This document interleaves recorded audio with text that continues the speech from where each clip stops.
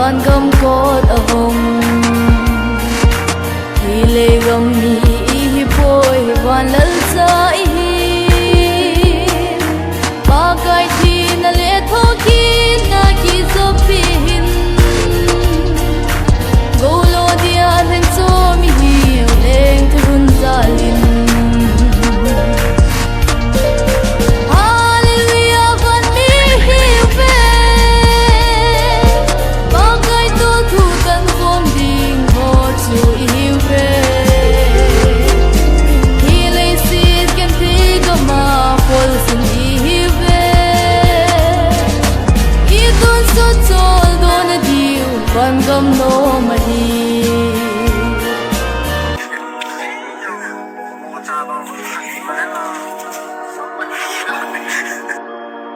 Mesdames et messieurs, vous écoutez une production Reggae.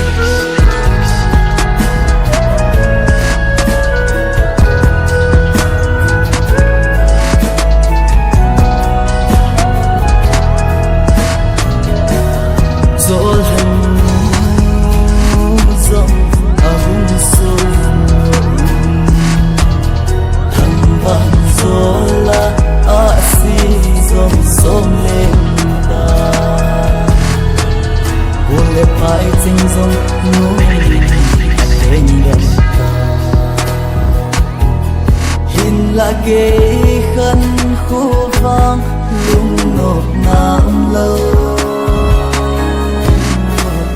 cô lệ bài chế khulai vạ hạn lo